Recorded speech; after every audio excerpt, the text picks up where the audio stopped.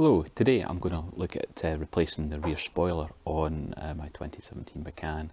It got damaged in transit and I'm being sent another one by the company that transported it. There's a few things that have actually got to be done to allow the spoiler to be removed. It seems that nothing ever comes off by itself. It's always got to have another part or two removed first. So first thing I've done though is mark up where the spoiler is supposed to sit. The workshop manual tells you it's supposed to be about 6 mils in the middle.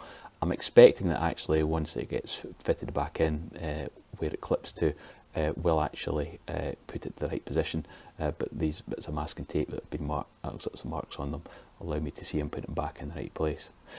First thing that he's done is to remove the rear light here.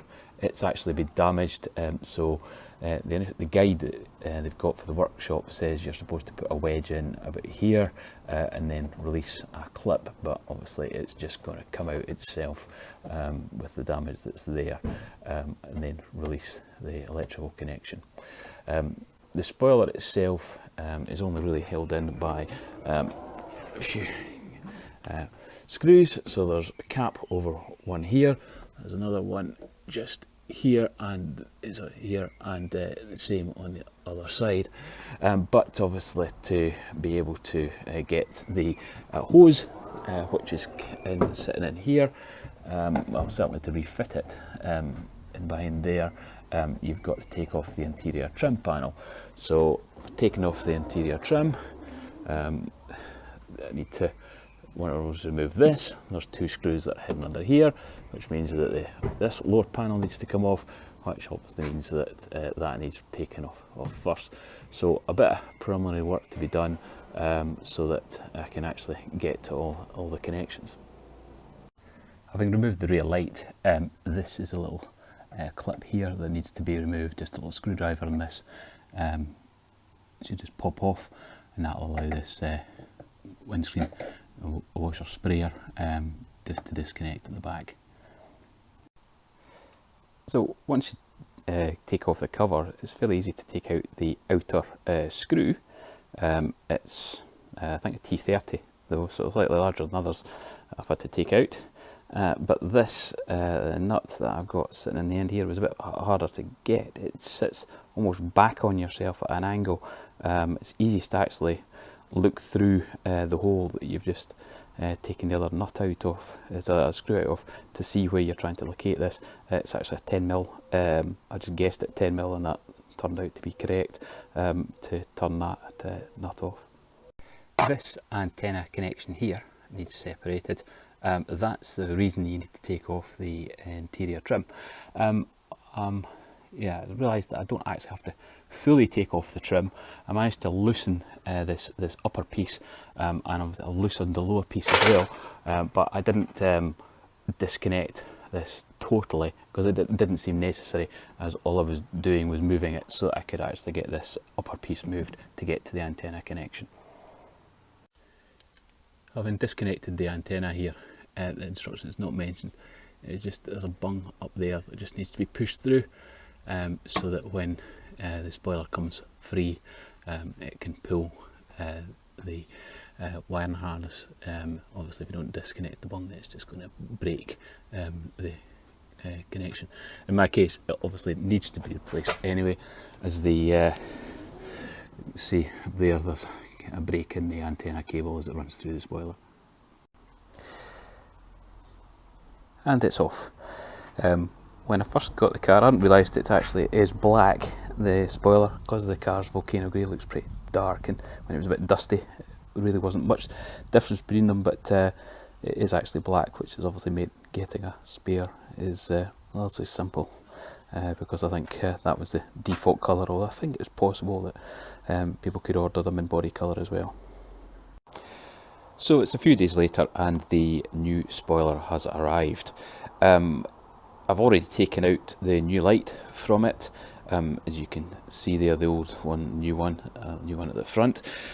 We can see on it that what you're supposed to be able to do is get this little catch at the right hand side here. Once it's in when it's located in here, you're supposed to stick a wedge in and then use a screwdriver to actually get that little catch moved. I decided that because the spoiler was off the car, obviously I've just come in the box, it was easier to actually get it from behind through effectively one of these holes in the back, put a long screwdriver in and lever it out that way, rather than trying to do it the Porsche way and have to move the bottom of the spoiler away with a wedge. But obviously if it was still on the car, I really have to do it the proper way, but I was able to do it with less risk of doing any damage. I think I didn't mention when I took it off the car, you can see that there's actually about 5 tabs, 1, 2, 3, 4, and a 5th sort of black tab along there. They're used for locating it. I think they may actually slightly be holding it as well, but there's these 3 locating sort of, well, little screws or that have come through, sort of fixings anyway. On the one that's arrived, one of them's missing, one of them's looking bent, so I think I'll be swapping over these. They just obviously I think slide along and come out, these little holes there, so I'll swap them over from the old one to the new one. Obviously when it comes to fitting it, I've got the this is the antenna. We can see just on the back of the car, that's the hole there that the antenna bung is going to go through. We can see the other 3 holes that these white tabs are going through, and you can see these holes up there that we're going to be locating.